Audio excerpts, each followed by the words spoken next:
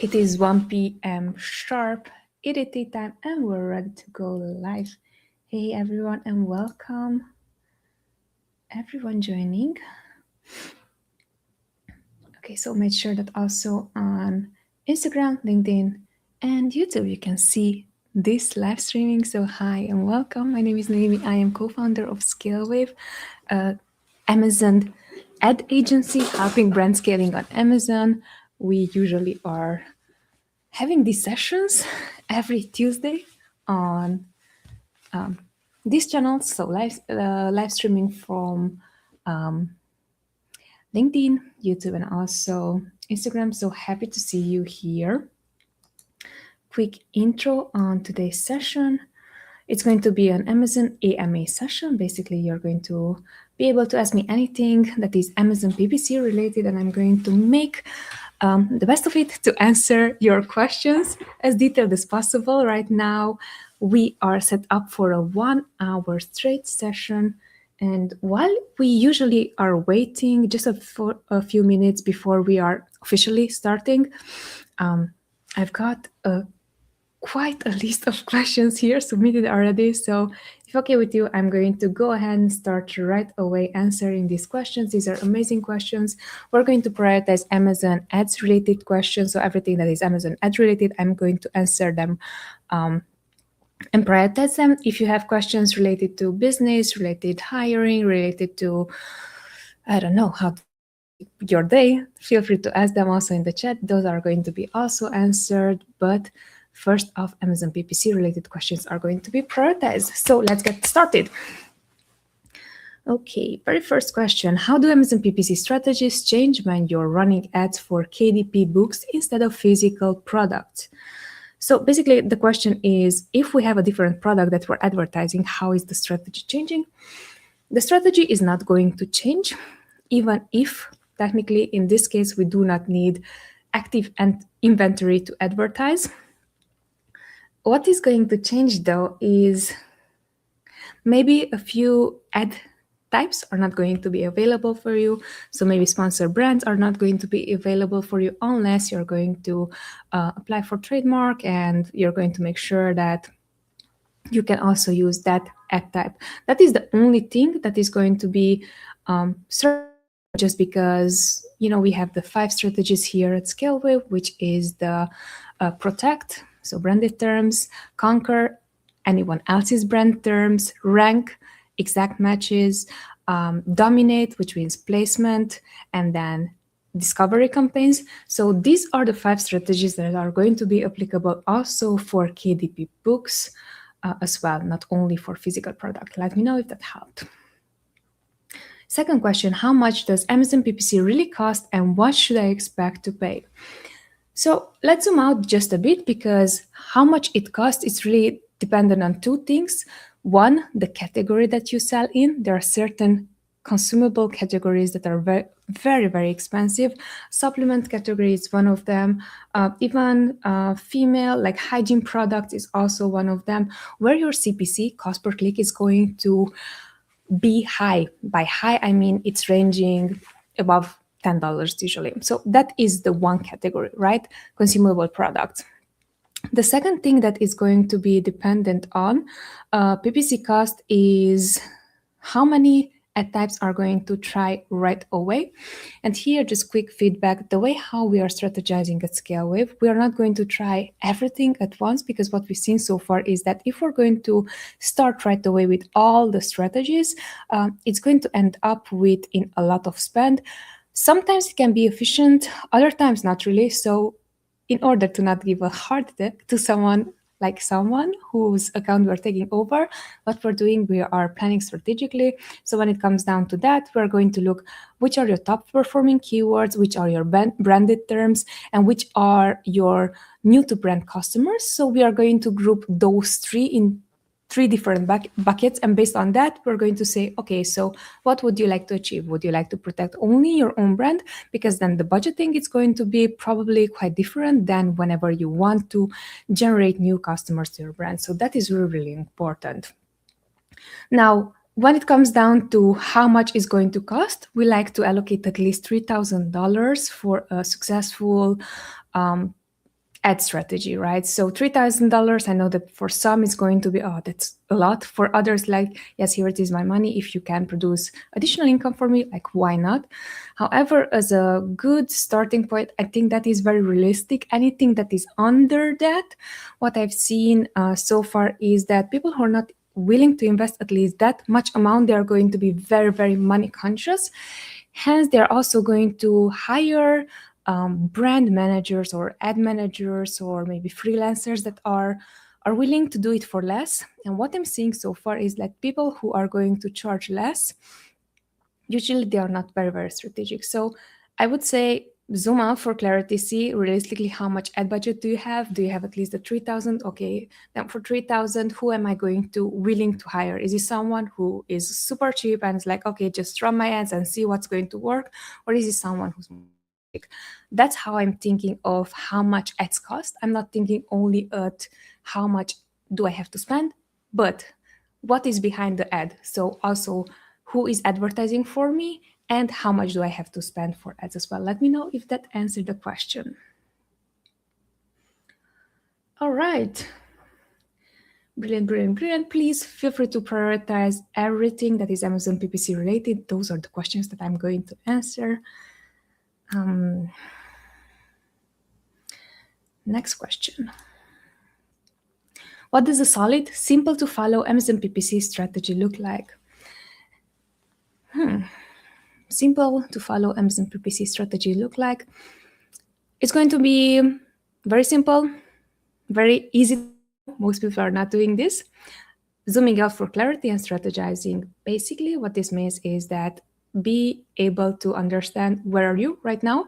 So if you just launch the product on Amazon, your strategy is going to be quite different than someone who is either has been already on the platform and wants to gain additional market share, either someone who is just like, okay, I just want cheap ads, like as profitable as possible. I just want to sell on Amazon, don't want to grow necessarily super much, but I just want to be on the platform. And based on that, what we are seeing on our end is if you are launching a product, so the strategy for that is going to be super simple. Know that if you're in the launch phase, as with any business, think of your product as this is my business. I'm not selling a product.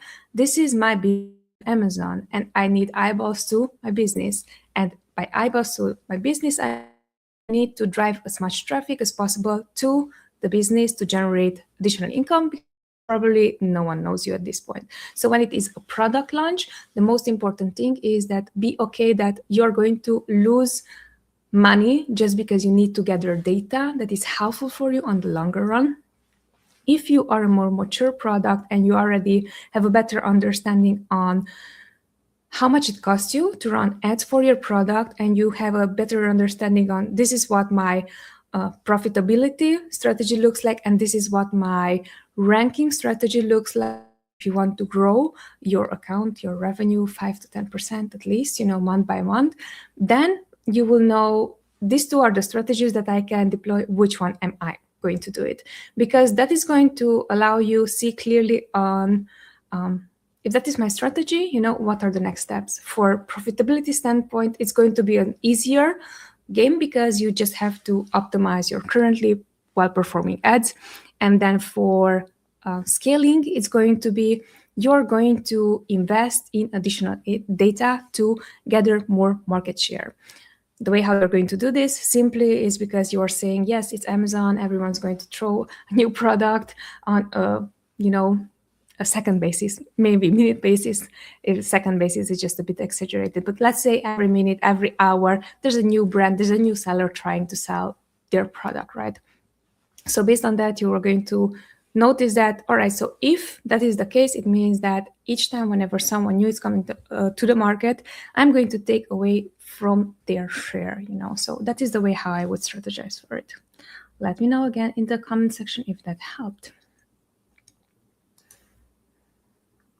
So 1, understanding where you are on the scale, and then 2, what is next for you? Do you want to remain where you are or do you want to scale?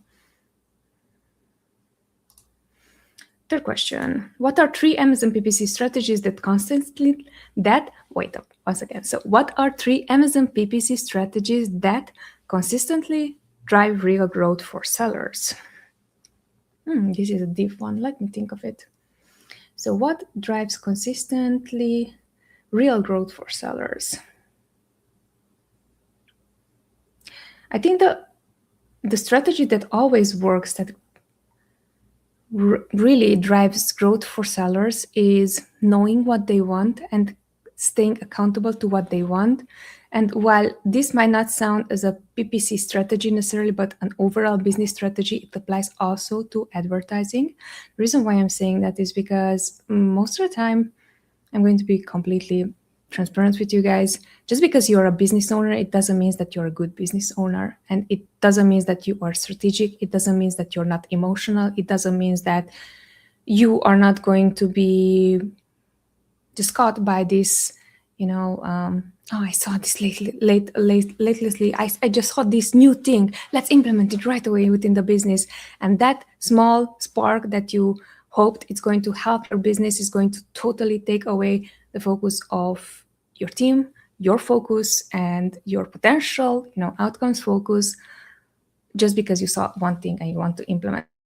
So I think the one most important thing is that understand that if you want to apply one strategy, keep it at least for 1 quarter, because that way you're going to account for, hey, I'm going to gather enough data for me to prove that this strategy is going to work for me. What I did not know, I'm going to learn. What I knew that I thought that is exactly that way, at least you're going to gain more evidence for yourself that it's going to work. But the first thing is going to be allow it at least 3 months to see how it's going to work and how quickly it's going to get to the point that you wanted. Because what is happening most of the time is that we set these like 20 goals for 3 months, and we hope that out of those 20 goals, we're going to achieve 50 of them, right? And what is happening most of the time, realistically, is that out of those 20 goals that you had, you might be achieving 2 or 3 things. But out of those 2 or 3 things, you're always going to look down on the list and say that I still have 17 more left. And that is something that I'm seeing with brands, is that they want to achieve too many things in a too short of time frame, and then they are going to be just super agitated because they did not achieve all those things. So let's say one super specific example. In this case, let's say that you have a handful of products. Let's say you have 10 SKUs.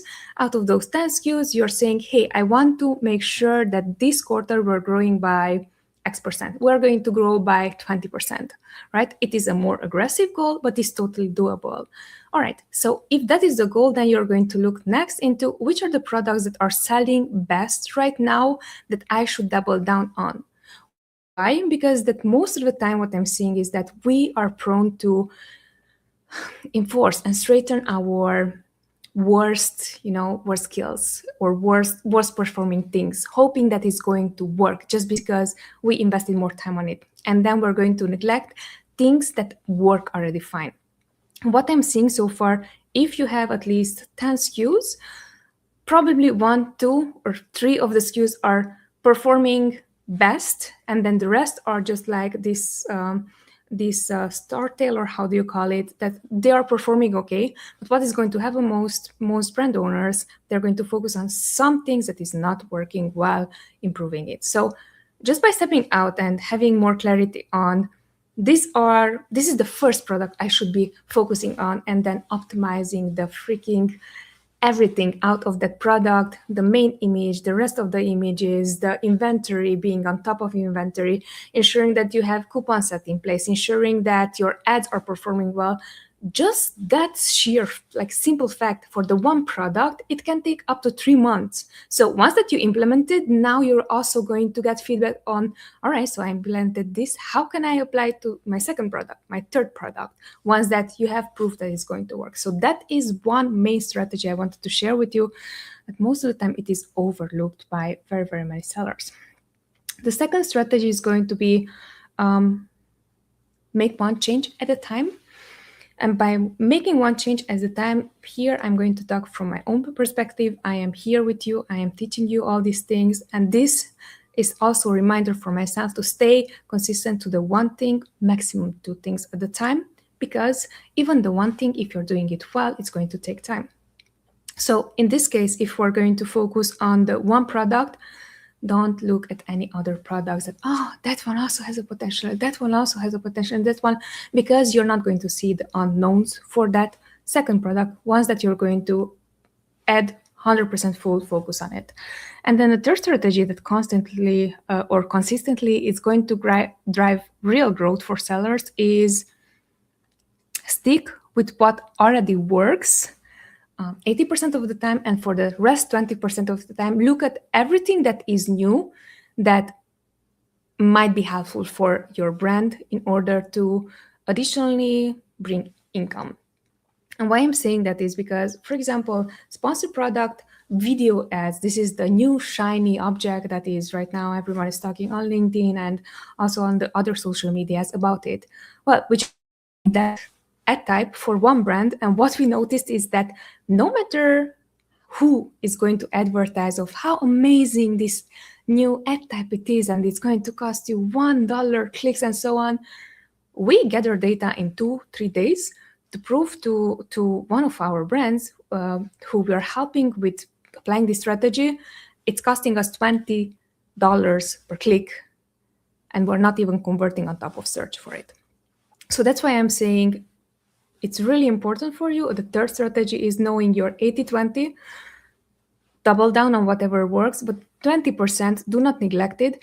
Why? Because it's going to give you peace of mind, because you're going to be so stressed whenever you're even scrolling on LinkedIn. I know myself, I'm scrolling on LinkedIn all the time. I'm getting like, oh, try this new hack, try this new thing, try this whatsoever. And I'm going to try it. And then I'm like, is it something that I don't get, or is this really not successful and just someone tries to create content around it? So this was a very, very long and detailed answer. Certainly hope that this gave clear view on which are the 3 main strategies I would apply to my product that are still PPC related. It's not hacks, it is strategy and tactics. All right, one question coming in that I did not saw. So this is from Mainul. I'm sorry for not pronouncing your name correctly, but this is your question. Hello, Noemi, good to see you. Can you tell me how do you find products target for PPC ads? So the strategy that you're talking about, it's called product targeting. It's quite easy way to do so. There are ways you can do this with a software. The tool that we're using quite often in our agency, it's called Helium 10. Now with the Helium 10 tool, what you can do, you can simply look into the step-by-step process is going to be look for one specific keyword, describe exactly your product with the highest intent search volume keyword. You're going to do that. And then for that keyword, all the products that are ranking organically and or via are going to showcase on the first page. And what we are doing is we're using Helium 10 to take all those products, and then we're applying the next filter, which is where do we have a against these products? Do we have a better price? Do we have better images? Do we sell FBA and they sell FBM? So then we're going to go through that second filter, and we are trying to nail this down up to 10 to 20 products and then add all those within their own campaign. Now that is strategy 1 with the tool. A second strategy for which you don't need a tool, again, you would do the exact same process. You're going to take your highest search volume keyword that is highly relevant to your product. And what you're going to do then is you're going to click within that first product that is showing up on top of search. And then once that you've done that, you're going to navigate down to the where it says other sponsored products, and just go look manually to, okay, what other products might be a good fit that I could, again, have advantage when it comes down to pricing, when it comes down to maybe coupon strategy, creatives, FBA versus FBM, and then you manually would open up all those products, and then you just copy the ASIN. So the first one is more robotic, but the second one, I also would suggest you to go through this exercise, because what we've noticed is sometimes you're going to find even more and better products if you're going to do via the manual route. Let me know if it helped. Manuel, I think that is the way how I'm pronouncing your name. Cool. Next question. The next question is, how do you actually make your Amazon PPC campaigns profitable instead of just spending money? I'm a big advocate of understanding what means spending money and what means wasting money and what means data gathering. So first off, to clarify that, we want to make sure that every dollar that we spend on advertising is going to give us data to rely on. So that data that we're going to rely on is to prove a point or to prove against a point. That is not meaningless data. However, if you're going to create campaigns and you're just going to let them run and just run, and then maybe in 2 weeks, you're just going to like, oh my gosh, so many irrelevant search terms are coming up for this product, and I should have never have, even targeted those things within my listing. That is not anymore data gathering. That is spend that you did not pay attention to and it built up. So that is wasting money. So now that you understand the concept between these two, when it comes down to how you actually make your Amazon PPC campaigns profitable instead of just spending money, we are going to iterate as fast as possible. Iteration means is that we are going to gather enough data for us to prove that point. Do we rank organically if we're going to target in exact match the specific keyword that is highly relevant to our product? Yes, great. Okay, so can we rank organically and yet still now lower down our CPC? And if the answer is still yes, great. We made a decision to be profitable, even if we're going to drive traffic via ranking campaigns.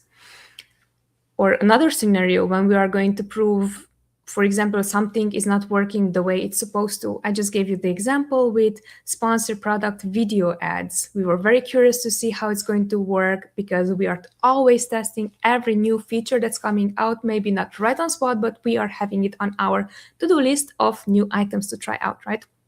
So in this case, what we did, we spent around $100, and we spent $100 just because I think it 150 or something like that. We spent that amount just because the CPC cost it was $20, right? So realistically, you could have not gathered other way that data just because the cost per click it was so expensive. In your case, if it's $1, the CPC, probably if you're going to gather 10, 15 clicks, that is going to bring you already data that's proving your point. That's going to be more than enough. But in our case, I'm just sharing because our CPC was so high. We gathered that data. Now we understood, hey, this is actually not as cheap as we initially thought so. What we did, we paused the campaign and we were like, this campaign is going to stay paused until we are further going to investigate, right? So what you did, you invested money and you still made your ads profitable that way because now you're not going to have sleepless night, and have clients bothering you on why don't you are trying this new strategy. And also now you have data on, look, we tried this is how much it was. Even you can create a case study. Right now it's not working as we were advertised, as it was advertised to us. Let's give it some more time. Let's try new campaigns. Let's try it maybe in a new category. But now we have data that proves us. Let me know if that helped.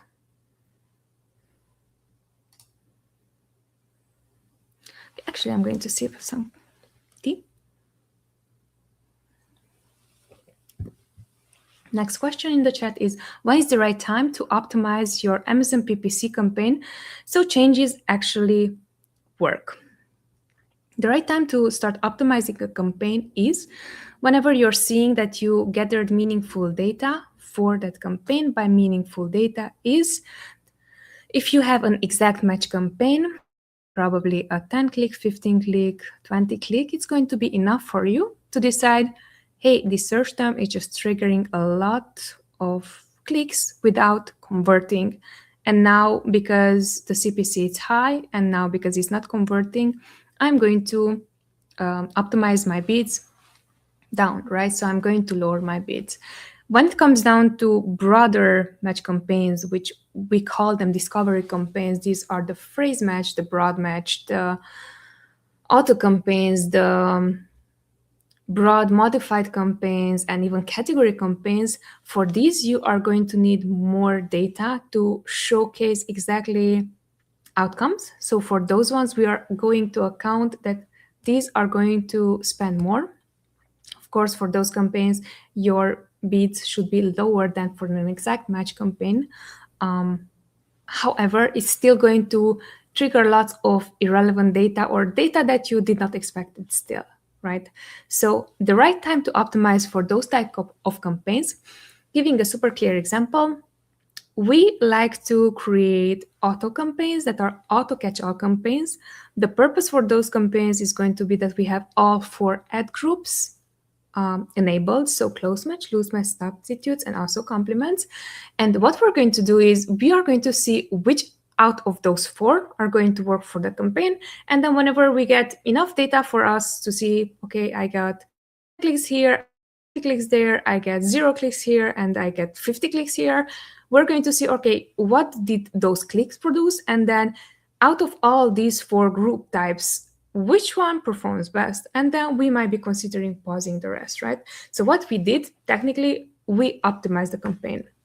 An optimization process can also be whenever you are negating a campaign. Let's say we also create campaigns that are, again, we're talking about auto match, because right now, for some reason, auto, it's performing well for non-consumable items.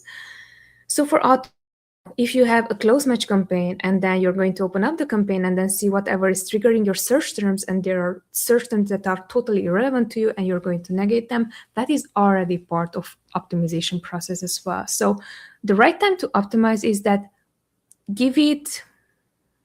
I used to say give it 7 days, but right now, to be honest, depends on the strategy.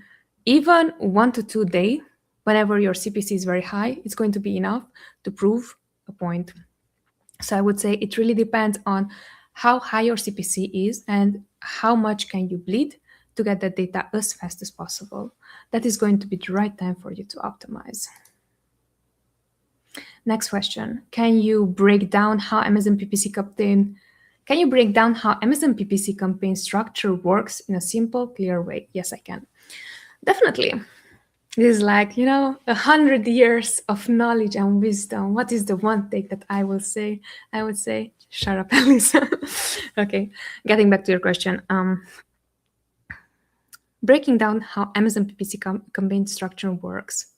So when it comes down to Amazon PPC, you can have a campaign structure that is going to target the one thing.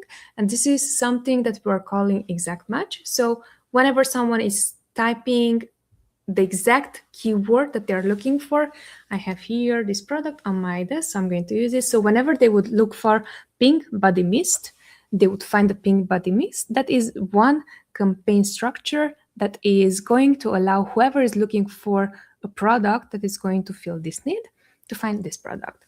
Now, discovery campaigns are the campaigns that are going to bring you broader terms. So for example, let's say still the keyword is pink body mist, but whoever is going to type pink body mist, and if you're running a discovery campaign, which can be broad phrase match, broad modified match, in that case, what you're going to notice is that you're going to bring terms that are or are not highly relevant to your product. Here in this example, it can be pink body mist and then coconut cream, because that is the name of the fragrance. Or what else can be is it can be from maybe other people advertising for pink body mist. So for example, in this case, it can be also a longer tail keyword. It can be a different brand's name keyword. So that is also one category of campaign structure, right? So discovery campaigns. What else can be is we can dominate specific placements. The moment that someone is going to look up this product, it's coming like this keyword, pink body mist, is coming up first on top of search whenever you would either search in the type in the search bar on your PC or on your phone. The first thing that is going to come up, that is a placement, right? So that is also a category or campaign type that you can run where you want to make sure that you're going to always have that specific placement. What other type of categories are whenever someone is looking for your name. So here the brand name is, actually this is Victoria's Secret / Pink. So in this case, if you're going to run ads for pink, you might come up for anything that is pink related. So it can be a sweater, it can be glasses, it can be phone, it can be whatever. So clearly for that specific keyword, you would also add the rest of the describers or keywords of your product. Here it's going to be body mist, for example, or body cream, or I don't know, body lotion or something like that. So those can define just a bit better of the way how you would structure a campaign. And now that you understand the strategy behind that, you can either add multiple keywords in it, you can either add the one keyword in it. And this is really based on the strategy. So if it's a ranking strategy, we ideally like to have only the one keyword, so we can control as much possible where do we show up for that keyword, and we can prove that that keyword is something that would help us bring additional sales. You can add multiple keywords within your campaign, and with the discovery strategy, for example, you would have lower bids, and then you would just pull in data that might be super relevant for your product with cheaper sales. Let me know if that helped.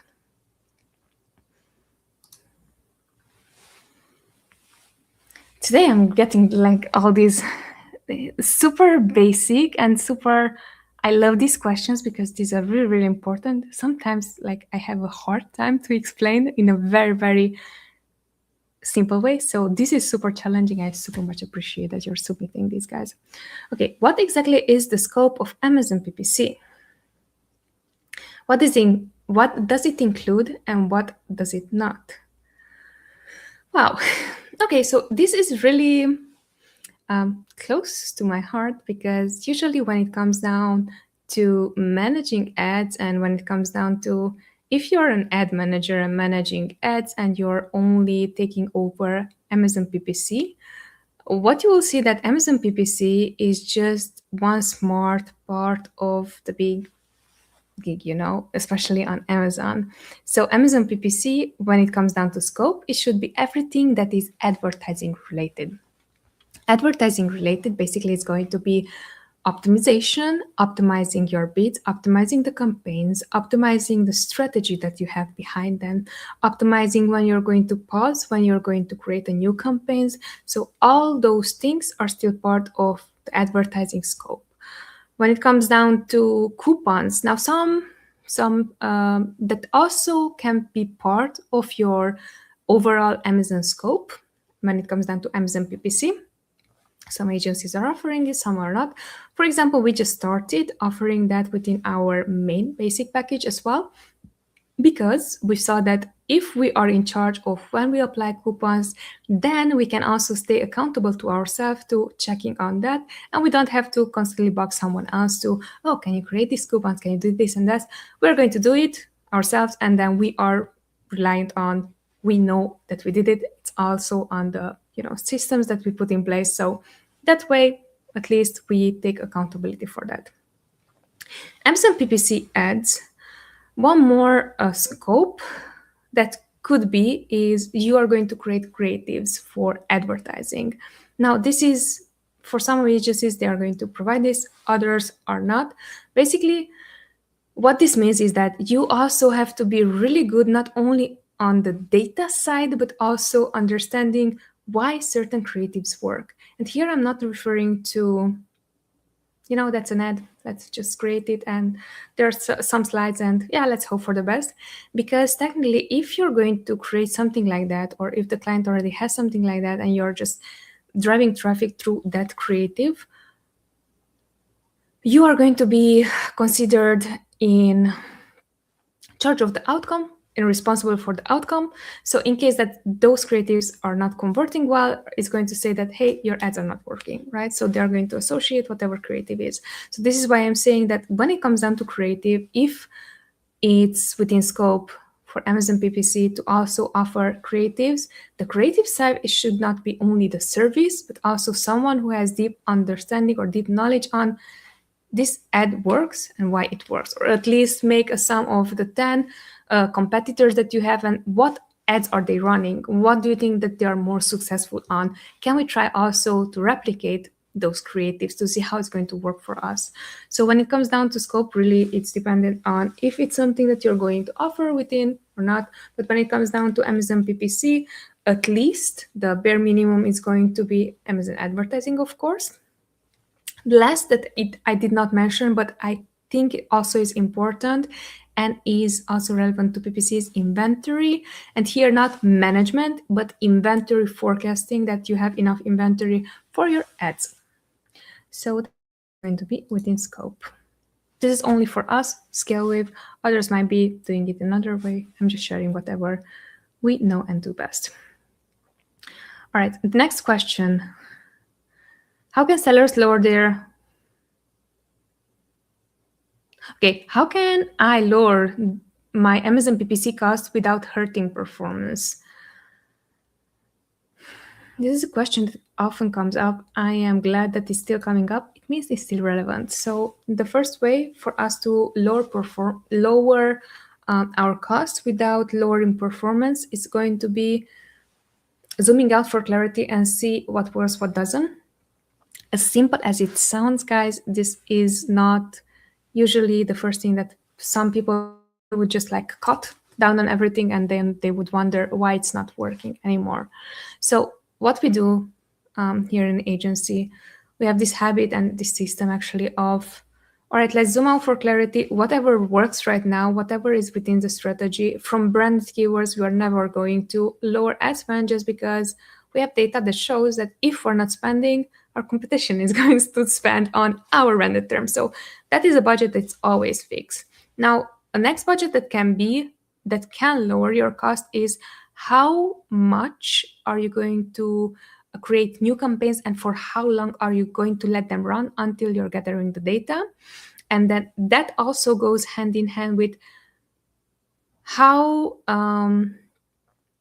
many of them are you going to create? Because if you're creating the one campaign, it's going to give you different outcome from creating 10 campaigns and hoping that each of them is going to work as you expected, and then each of the campaigns is going to pile up spend and none of them is going to work. So that is also an optimization strategy, thinking through for this month, realistically, if I want to go by 10%, how many new campaigns should I be creating to test to gain additional market share? Let me know if that helped you understand better. How would you lower your CPC costs without hurting your performance? Really important. You can always lower, or to prioritize, we would always lower things where we have only 1 to 2 orders. Those are the things that are going to be no-brainers first attacked, just because it's not bringing us enough volume. Now, when it comes down to campaigns that are generating most of your sales, clear example, you have 3 campaigns. One campaign is generating 50 sales, the second campaign is generating 2 sales, the third campaign is generating maybe 10 sales. We would first prioritize the one that is generating 2 sales, then the 10 sales, and then the one that is 50, unless the campaign that is generating 50 sales is really highly unprofitable and we don't see growth organically as well. So just so you understand also prioritization. All right, love these questions. Next question in the chat. What skills are actually required so I can be good at Amazon PPC management? Let me be just a bit more. Let me give you just a bit more deeper answer here, because most people are going to say data analytics without thinking, and it depends on your level, where you are. Why I'm saying this is because the first mistake that I did when it comes down to advertising, when we hired the very first employees for advertising to help us with, delegate stuff, I did not know this. And what is really important is that there are several roles that are totally different and they request different skills. So the very first skill, what you're looking into is that if you're looking to know that someone really understands advertising, they should be super teachable and they should be able to replicate perfectly whatever they are seeing, even if that is a very small thing. Giving you an example, Reporting, for example, is one of those things that every client gets, is needed, is not going to be paused, it's never going to be paused. And it's something that needs to be done. So technically what you are looking for is someone who is a junior PPC advertiser level, and they might be very enthusiastic when it comes down to advertising. They might be wanting to learn a lot, but what they can do is also copy you step by step whenever you're going to give them instructions. This is really important. Stay with me. What I noticed is that whenever we are hiring people who are very skilled at Amazon ads, when I'm talking about very skilled people who are very driven and they already have a certain knowledge base, they're going to think that they already know stuff, and they sometimes are going to skip teachability. Now, be very, very careful when it comes down to that, because teachability is the number one skill that anyone, no matter who you are, no matter what's the job that you're doing, is the skill that they are going to look at. So when it comes down to Amazon PPC, I would look into teachability. Are they willing and open to learn? 2, speed. How quickly are they going to comprehend and then execute? And then 3, once that they understood it, how quickly can they mimic what good looks like? So once that they got it, this is what the outcome is supposed to be. Are you able to create the perfect replica of whatever I created? Because that is a great way for even for you, if you're going to gain the skills, to see if you're teachable and if you can move higher on the ladder when it comes down the next skill. The next skill is going to be attention to detail, right? That goes hand in hand with teachability. So attention to detail, again, most of the time what we're seeing is that if someone is already somewhat knowledgeable when it comes down to Amazon ads and they're maybe at intermediate level, if they're going to lose attention to detail, that means is that you cannot trust that person that they're going to reply twice the same thing. Now, I'm not saying here that attention to detail must be always 110%. While we do request that, because we are dealing with money, right? So when we make a mistake, we are paying with our clients' money, which we don't, right? Anyhow, ads are not a guarantee that it's going to work right away. So that's why I'm saying that attention to detail is going to be even in the smallest things that matter. Make sure that you're going to have attention to detail and you're going to replicate that success. Sometimes, yeah, things can, slip. But that things can slip should be maybe once, twice in a quarter for non-important things. So that's why I'm saying these 2 things. And then 3, understanding data. Nowadays, with AI and with having ChatGPT next to you, you can understand data and perform way better on the data that you're dealing with. So that aspect, I think, it's not as much anymore important as previously was before AI was there. So what I would look into is that, is this person knowledgeable enough? So that would be the next level. Let's say this would be an intermediate to advanced Amazon PPC strategies, right? Are you skilled enough to see when AI spews out wrong things? So when AI gives you the wrong information, are you going to copy paste it? Because then you are still at the, I would say, junior level, who's just going to replicate whatever they thought that is the best solution, here generated by AI, but they don't have strategic thinking, so they are not double checking. I think those are the most important skills that one requires to be good at Amazon PPC. That includes, from 0 level to 100. All right. Feel free to ask your questions here in the chat. Okay, going into the next question. And now I feel that I should have done my hair differently. All right, back to you guys.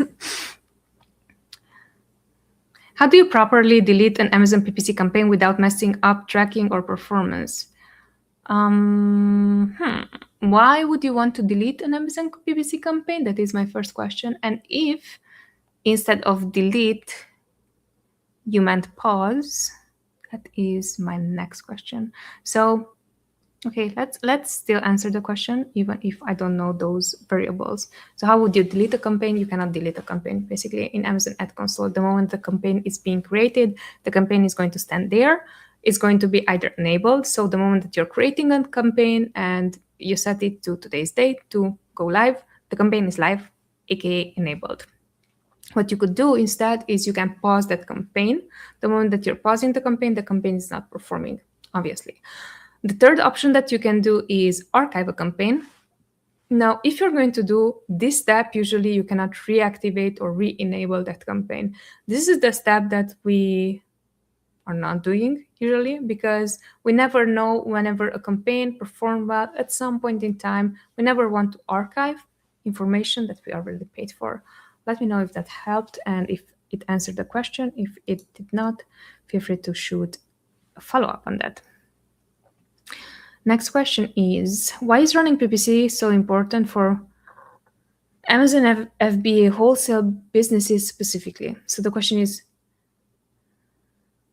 why is running PPC so important for Amazon FBA wholesale businesses specifically? If you're running a wholesale business, basically what you're doing, you are advertising someone else's brand and you're having a small cut on that while you bought already the product. So that is basically what wholesale is. I just had yesterday a very interesting call with someone super knowledgeable. We are working on some projects together. And someone comes and she was saying that, hey, I have these many, I have all these suppliers. I can get a hold of their products. They are amazing products. And when it comes down to, she is going to do the wholesale model, right?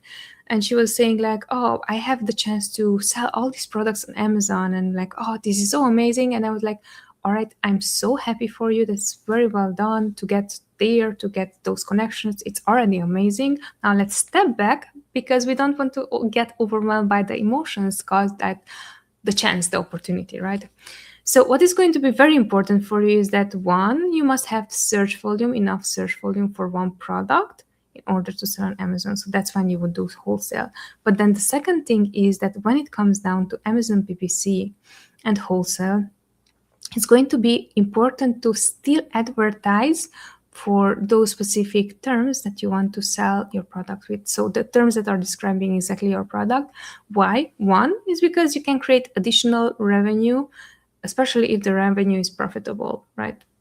Definitely. The second thing is going to be if you have a known brand name. Giving you an example again, the pink body mist.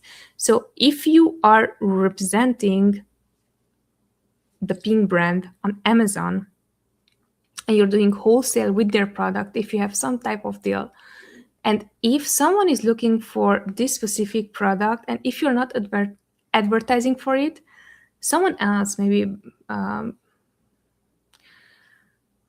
okay, right now a competition for Victoria's Secret's pink is sleeping, but any other brand, Bath and Body Works or something like that. I'm not very familiar besides this one. But let's say I am that competitor and I'm seeing that, oh, this pink body mist has a high search volume. No one is advertising for it. Now I'm going to take that chance and I'm going to push my product, especially if it's like coconut fragments or so on. So I'm going to piggyback on someone else's search who's not advertising for it. So that's why I'm saying that it's really important for you to still run ads, even if you have a wholesale agreement with the brand, because you're going to bring additional traffic to those listings. And at the end, you're going to make more money. Okay, one more sip, 10 more minutes to go.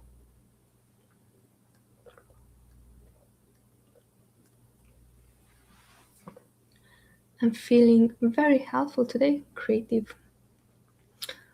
Just for 2 seconds there, all right. And I'm back, hello.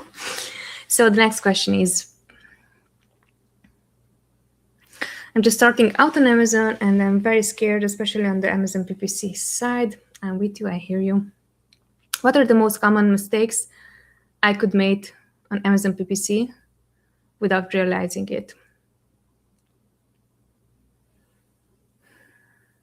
Most common mistakes is not having inventory, having too much inventory, advertising for irrelevant search terms, hoping that it's going to convert. What is going to be? Not accounting how much budget it's going to cost you to advertise for your product. What else is there? Hoping that a product that has low rating or lower rating is still going to convert amazingly, unless if they're looking for your brand name, probably you're going to convert. But if you're looking for specific search terms that are highly relevant to your product, but they're like higher search volume search terms, what we're seeing is products that are under 4-star ratings are not going to convert as well as products over 4 stars. What other mistakes am I seeing? Not having a system in place. This is really important. Take note. If you did not take for the others, for this one, take note.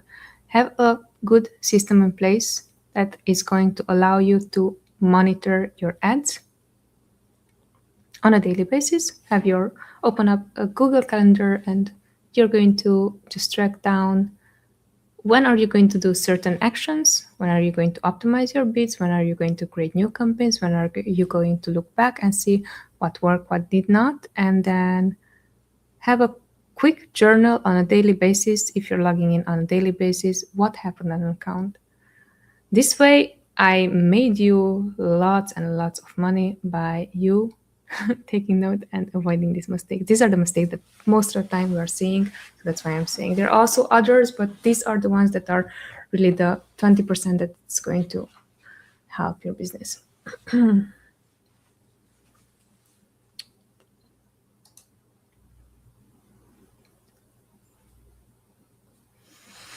I want to scale my account. My question to you is, how do I scale my Amazon PPC ads safely without blowing up ACOS? By counting on the fact that you are going to bring additional testing that is going to cost you additional money.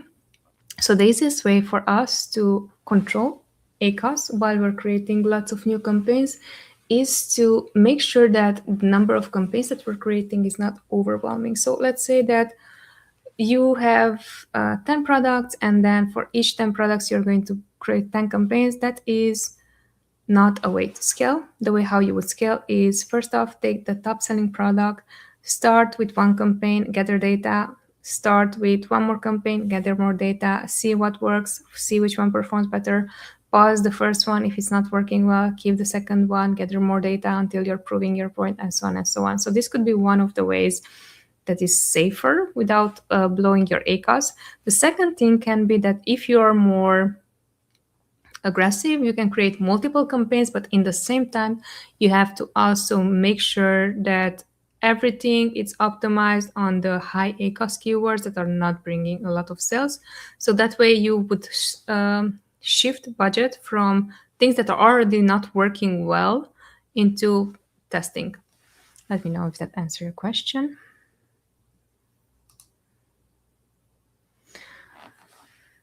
I'm new to Amazon, not really understanding what ACOS is and how it works. How should I use ACOS to make a decision? So let me explain basically the formula for ACOS. ACOS is ad spend divided by ad sales multiplied by 100, so it's going to be a percentage. For example, if your ad spend is $250 and your ad sales are $1,000, your ACOS is going to be 25%. Really important when it comes down to ACOS, because when I'm seeing these social media posts on a 10% ACOS is ideal or a 20% ACOS is ideal, is going to be highly dependent on your break-even ACOS on a product level. The way how you're going to calculate your break-even ACOS is you're going to add up so the price, the retail price of your product. Then from there, you're going to subtract everything that is going to be considered cost of goods sold. And also you're going to add up everything that is maybe Amazon fees related, and then you're going to end up with a net profit. Now that net profit, you're going to transform it into a percentage by dividing it and then multiplying by 100, and then it's going to become a percentage, right? So in this case, let's say maybe you have a net profit of 30%. That means that that is your break-even ACOS. So whatever is higher than that 30%, you are losing money. Whatever is lower than that 30%, you are gaining additional income. So it's really important, because now that you understand that, you're going to look not only at what ACOS is, but how should I treat my ACOS in order to also make money when I am spending on ads.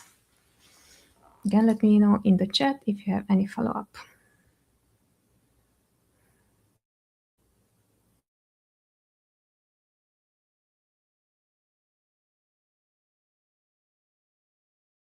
All these tricks, what are the tricks, what are the...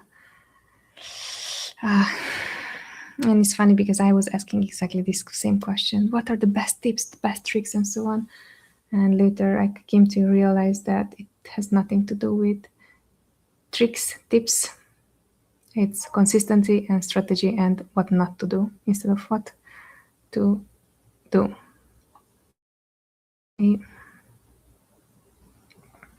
Okay, great question, relevant. Let's end up our session with that. The question is, how do I properly run Amazon PPC campaigns for my products when my product has multiple variations? Would deal with this in ScaleWave is we would have the multiple variations if we have no data on which variation it's going to work. Giving you an example, let's say that you have 5 color variations, you have no clue which one is going to work. Probably the black and white ones usually are the ones that are winning over, but you still don't have data. So you want to gather data. What we would be doing, we would add all the 5 color variations within the one campaign, and then we would generate data. And based on that data that has been generated, usually it's a clear sign which one is preferred. Now, this is going to be helpful for you. What I'm saying is, if for each colors you have exactly the same ratings and exactly the same pricing. If you are selling one item cheaper than the other ones, you're going to muddy the waters and muddy the data. So when you're going to apply this strategy, I would highly advise you to have all the color variations within, or all the variations that you had within the one campaign, and then have them as close as possible when it comes down to pricing, or even the same price and ratings and so on, because then you're going to gather actually good data. Once that you got their data on, let's say for 7 days, you ran the campaigns, you already have data on them. Once that you gathered all that data, you have now meaningful data on which variation works best. You would create a separate campaign for that specific product. And this was the very last question. Thank you so much for joining today's session. Super much appreciate your questions. And I absolutely love, especially the beginner questions. Feel free to send me in all the questions that you think or consider might be stupid. Those are not stupid questions. Those are the most wisest questions, because you are daring to ask. 5 years ago, when I started Amazon, when I started learning about Amazon ads, the one compliment that I often received, more and more people were telling me, Noemi, I love that you're asking question. Thank you for asking that question. I would have not known how to ask that. And you did it on my behalf. Without even knowing. So that's why I'm asking, ask all the questions, ask even the questions that seem obvious, simply because that is the way how you're going to train the muscle that you need in Amazon advertising, which is continuously ask what works, what doesn't, what do I do next. Thanks so much. See you next week, the same day and same time. Till then, be good and take care of yourself. Bye.